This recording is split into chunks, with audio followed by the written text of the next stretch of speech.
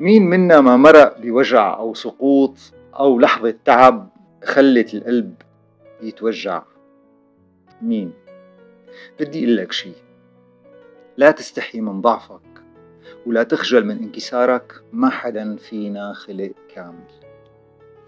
يا صاحبي، الوجع اللي جواتك مو لعنة، صدقني.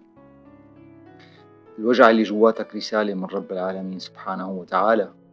ما بينكسر إنسان عبث، كل شيء بيصير بحكمة، حتى التعب، حتى الخذلان، حتى اللحظة اللي انت حسيت فيها انك خلص انتهيت. الله خلقك بهالظروف هي مو لأنك أقل من غيرك أبدا، صدقني، بالعكس، لأنك مؤهل لشيء أكبر، لحكمة أعمق.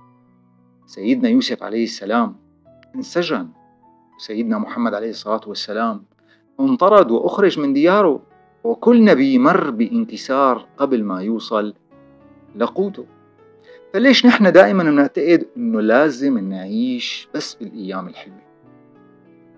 يا صاحبي، الانكسار مو نهاية، هو بداية. وقت تنكسر الله عم يعلمك كيف توقف بطريقة مختلفة. وقت تبكي الله عم بيطهر روحك من جوا لتشوف بوضوح. ووقت تحس انك لحالك، صدقني الله عم يقربك منه. تبارك الله. الضعف اللي بتحسه اليوم هو نفس القوة اللي رح تشيلك وتوقفك على حيلك بكرة.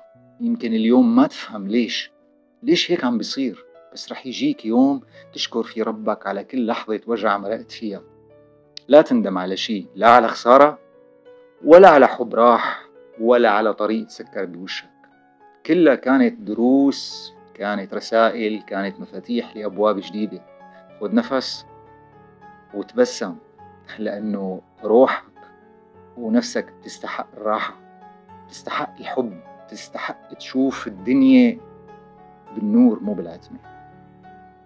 عيش كل لحظة بإيمان وثقة بأنه الله دخيل اسمه أنت بين إيديه، وما في مكان أأمن من هيك شي عليك. تذكر أنه الله بمحكم تنزيله قال: لا يكلف الله نفسا إلا وسعها. وأنت وسعك أكبر بكتير مما بتتخيل، صدقني. خلي إيمانك ثابت بأنه الله معك بكل لحظة. وإذا حسيت هالفيديو هاد لمس شيء بقلبك، لا تنسى تكتب لي بالتعليقات شو أكتر شيء حسيته ولمسته بحالك. سبح ربك، ولا تنسى إنه الذكر بيريح القلب وبيفتح لك طاقة جديدة.